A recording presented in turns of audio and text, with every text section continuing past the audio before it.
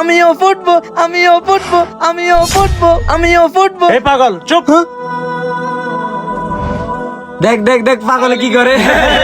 এই, সব পাগল ছাগল এই স্কুলে চলে আসছে। আচ্ছা সবাই বলো তো জান্নাত কাকে বলে? স্যার আমি জানি। চুপ, এই প্রশ্ন তোর জন্য না। শুনো, কালকে তোমরা আসতে জান্নাতের মাটি নিয়ে আসবা। হ্যাঁ, তোমাদের মধ্যে কে কে জান্নাতের মাটি নিয়ে আসছো? স্যার জান্নাত তো এখানে না, জান্নাত তো আসমানে, মাটি কিভাবে আনবো? হ্যাঁ হ্যাঁ, সত্য কথা। সাব্বির, স্যার জান্নাতের মাটি তো মৃত্যুর পরে পাওয়া যায়। স্যার আমি নিয়ে আসছি। আরে পাগল, আচ্ছা দেখি তো।